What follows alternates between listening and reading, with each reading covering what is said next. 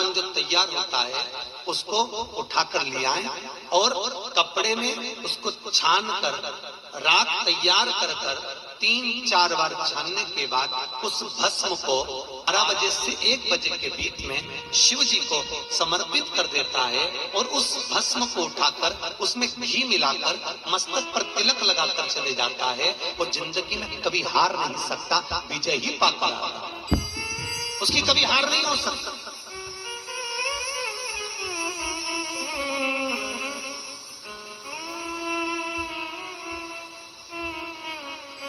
वो कभी हार नहीं सकता।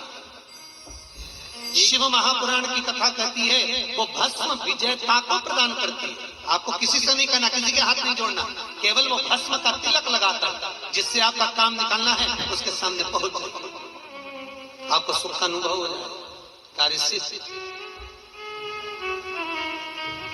तो भस्म इतनी प्रबल हो गई, शरीर में बहुत बड़ा रोग हो गया, छूटने को तैयार नहीं है, बड़े बड़े इलाज करवा लिए, बहुत दिखा लिया, बहुत सब दूर इलाज करवाया, सब दूर दिखाया, पर मिटने को तैयार नहीं है। तो फिर अबीर का प्रयोग, एक चावल का दाना, एक श्वेत पुष्प और अबीर भगवान शंकर को समर्पित कर धीरे धीरे धीरे धीरे शरीर का रोग अपने आप समाप्त होना प्रारंभ हो जाए। पूरी कहानी गलत बताई। अगर दुनिया के लोग सही कहानी बताते तो भतीजा और बुआ का संबंध खराब नहीं होता। कहानी गलत थी ना। लोगों ने कहा, हिरण्यकशिपु ने अपनी बहन से कहा, बहन तू अपने भतीजे को गोदी में रखकर बैठ जा और चादर ओढ़कर बैठ जाना, तू बच जाएगी, तेरा भतीजा जल जाएगा। तो बुआ भतीजे को जलाने के लिए गोदी में लेकर बैठी। बोलो सही है कि गलत है? लोगों ने कहानी गलत बताई। होलिका, लोगों ने कहा उसने अपने भतीजे को जलाया। पहले तो होलिका का नाम तो निकालो कि होलिका का नाम क्या है। कथा वालों ने कह दिया हिरण्यकशिपु की बहन थी होलिका, वो अपने भतीजी प्रहलाद को गोदी में लेकर बैठ गई। वो प्रहलाद को हाथी के पांव के नीचे डाला, खोलते तेल में डाला, अग्नि में डाला, इसमें डाला, उसमें डाला, नहीं मरा। आखिरी में अपनी बहन से कहा होलिका तो अपने भतीजे को गोदी में लेकर बैठ जा। पहले उस होलिका का असली नाम तो लाओ, जिस होलिका का नाम विष्णु पुराण में डूंडा लिखा है। क्या नाम लिखा है? डूंडा। होलिका का असली नाम लिखा है विष्णु पुराण में डूंडा। इसलिए आज भी होली में लकड़ी नहीं जलाई जाती, मोटे मोटे डूंड जलाए जाते हैं, क्योंकि उसका नाम डूंडा। और डूंडा बैठी अग्नि में, भतीजे को गोदी में लेकर बैठ गई। उसके पास में ब्रह्मा जी की चादर थी, जिसको ओढ़कर बैठ जाती थी तो आगी में जल नहीं सकती थी। डूंडा ने देखा चारों तरफ से आगी लग गई, मेरा भतीजा जल जाएगा। तो बुआ को लगा मेरा भतीजा जल जाएगा। बुआ वो होती है जो दुआ देती है, बुआ कभी बद्दुआ नहीं देती है। और डूंडा ने अपनी चादर को उतारा, आगी चारों तरफ से लग गई। बुआ को लगा मेरा भतीजा जल जाएगा, तो अपनी चादर उतार कर अपने भतीजे पे डाल दी और बुआ खुद जल गई, पर अपने भतीजे को नहीं जलने दिया। ये कथा है, पर लोगों ने उसको पूरी पलट दिया, पूरा पलट दिया। बुआ कब जलाई अपने भतीजे को? होली का क्रम 13 तारीख को शायद होली जलेगी, 14 तारीख को वो रंडी रहती है, होली खिलाती है। पिछले वर्ष थोड़ा सा होली का क्रम रहा, तो अब की बार सब जगह की होली में ना जाते हुए केवल एक होली, वो भी सीहोर की, वो 15 तारीख को महादेव की होली, मार्च को महादेव की होली। अपने अपने शिवालयों में शंकर जी शिव मंदिर के अंदर चंदन का जल 1 लोटा अवश्य चढ़ाएं, महादेव की होली अवश्य मनाएं। होली आ रही है, लगी नहीं रिया की होली जैसा है। दिवाली आती है तो लगता ही नहीं कि दिवाली जैसा है, राखी आती तो लगता ही नहीं राखी जैसा है। सारे त्योहार फीके हो गए गुरुजी। हमने कहा त्योहार फीके नहीं हुए, त्योहार का कलर फीका नहीं हुआ, त्योहार का रंग फीका नहीं हुआ है, बस त्योहार वही है, गुलाल वही है, मिठाई वही है, गुजिया पपड़िया वही है, खुरमे चकरी वही है, पपड़िया वही है, गुजिया वही है, इंसान वही है।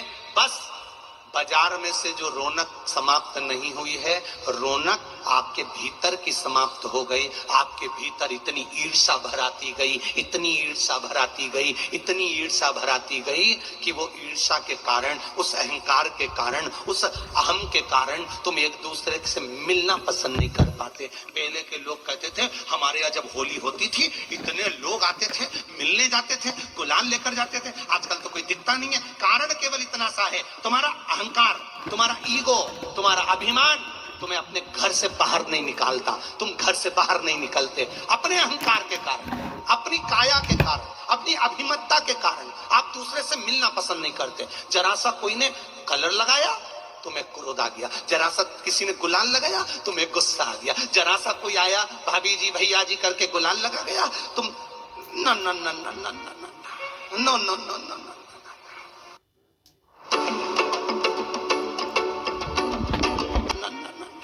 No no no no no, कहां जाओ?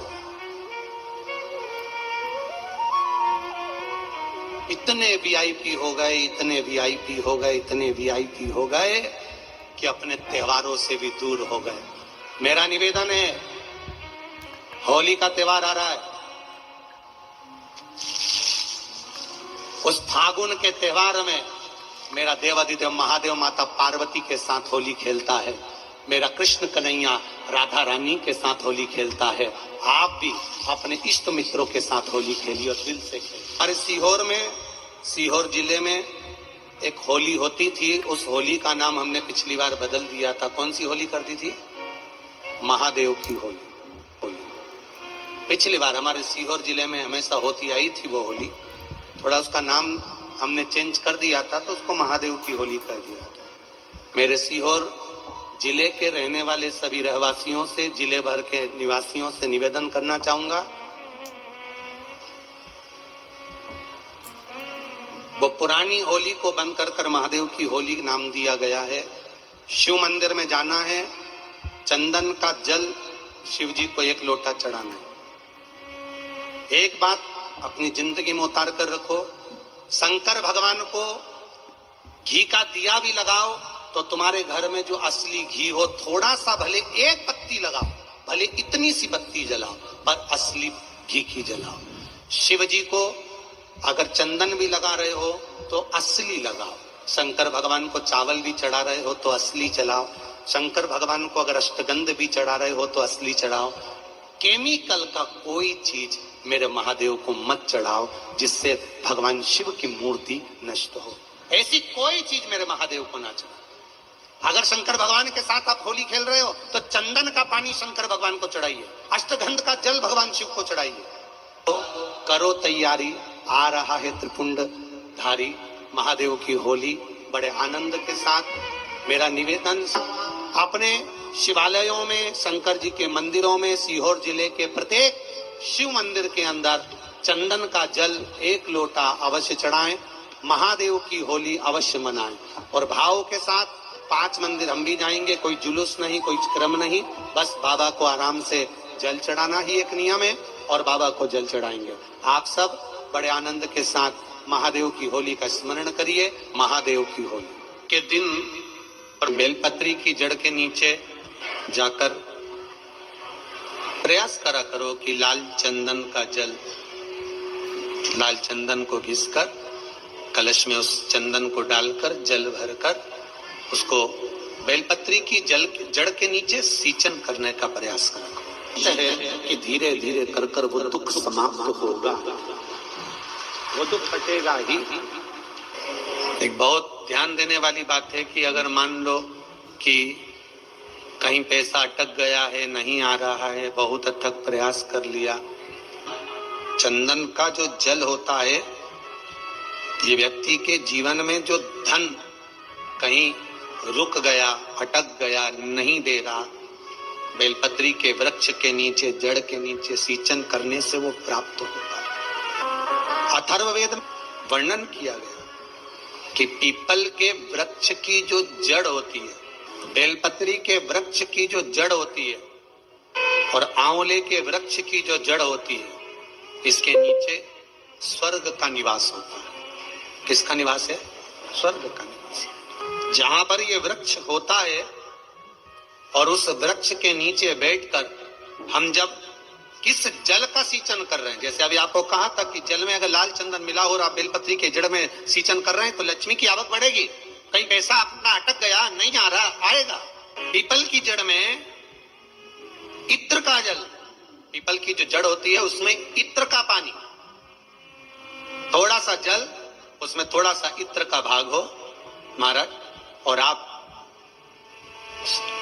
भगवान पीपल देव पिपलेश्वर महादेव का स्मरण कर कर पीपल की जड़ में अगर जल चढ़ा रहे हैं और मान लो शरीर में कोई कष्ट हो गया है, शरीर में कोई रोग हो गया है, कोई मालूम पड़े ये हाथ 4 दिन से दुख रहा है या 4 दिन से ये नस दब गई है या ये कमर दब रही है, तो आप 2-4 दिन कर देखो।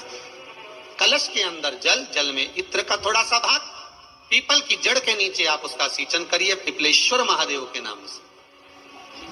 उस जल को थोड़ा सा भाग लेकर आ जाओ उसी में से जो चढ़ाया है, और उस स्थान पर जहां कष्ट है उसको लगाना प्रारंभ करिए। 2 दिन 3 दिन कर देखो। प्रैक्टिकल करने में क्या जाता है, सीवर वाला महाराज झूठ बोल रहा हो तो कभी कभी अगर ऐसा लगे जीवन में कि दुख बहुत ज्यादा आ गया है, बहुत तकलीफ आ गई है, तो लाल चंदन को घिसकर उस लाल चंदन का लेपन भगवान शंकर पर कर कर फिर पानी चढ़ाओ। अगर कोई संकट भारी है और निकट, जैसे किसी नारी का गर्भ नहीं ठहर रहा, 15 साल हो गए, 20 साल हो गए, 25 साल, जैसे इसने लिखा एक माता ने कि 18 साल की बेटी हो गई थी पर संतान में पुत्र नहीं, तो उसने भाव से कथा सुनी। ऐसे आपके भीतर अगर 20 साल हो गए, 25 साल हो गए, 30 साल हो गए, संतान का सुख ही नहीं है, लाल चंदन का लेपन बाबा भोलेनाथ पर करना प्रारंभ करो। पीठिका पर लाल चंदन का लेपन करना प्रारंभ करो, लाल चंदन से बाबा का श्रृंगार करना प्रारंभ करो। एक बेलपत्री पर लाल चंदन, दोनों पत्ती नीचे वाली, जो नीचे की जो 2 पत्ती होती है इस पे लाल चंदन, और बीच वाली पत्ती पर पीला चंदन लगाकर बाबा के शिवलिंग को समर्पित करिए, बाबा से प्रार्थना करिए, रोज प्रार्थना करो। परंतु एक बात का स्मरण रहे, 25 साल हो गए, 20 साल हो गए, 30 साल हो गए, संतान नहीं, तो पहले जल से अभिषेक कराना, अभिषेक कराकर उस जल का आचमन करने के बाद हाथ को खासा करना, धोना, उसके बाद में फिर वापिस बाबा का स्नान कराओ, फिर चंदन का लेपन कराओ, फिर 1 लोटा जल चढ़ाकर बाबा का स्नान कराओ। लेपन कर कर फिर जल चढ़ समर्पित करता है, निश्चित है उसकी गोदी मेरा देव अधिदेव महादेव जरूर भरता है, ये निश्चितता है। हम तो बेटियों से भी कहते हैं जिसका विवाह नहीं हो रहा हो, 25 साल, 30 साल, 27 साल, 28 साल, 32 साल, 40 साल हो गए हो, नहीं हो रहा हो बेटा बेटी का विवाह, उसे लाल चंदन का प्रयोग अशोक सुंदरी वाली जगह पर 7 बिंदी लाल चंदन की लगाकर 7 बेलपत्र 7 बिंदी पर रखिए, और महाराज अपनी कामना कर कर भगवान से आइए, बाबा देगा, करेगा, 3-4 महीने में विवाह पक्का करेगा। ये लाल चंदन की महत्वता है शुद्धत्व।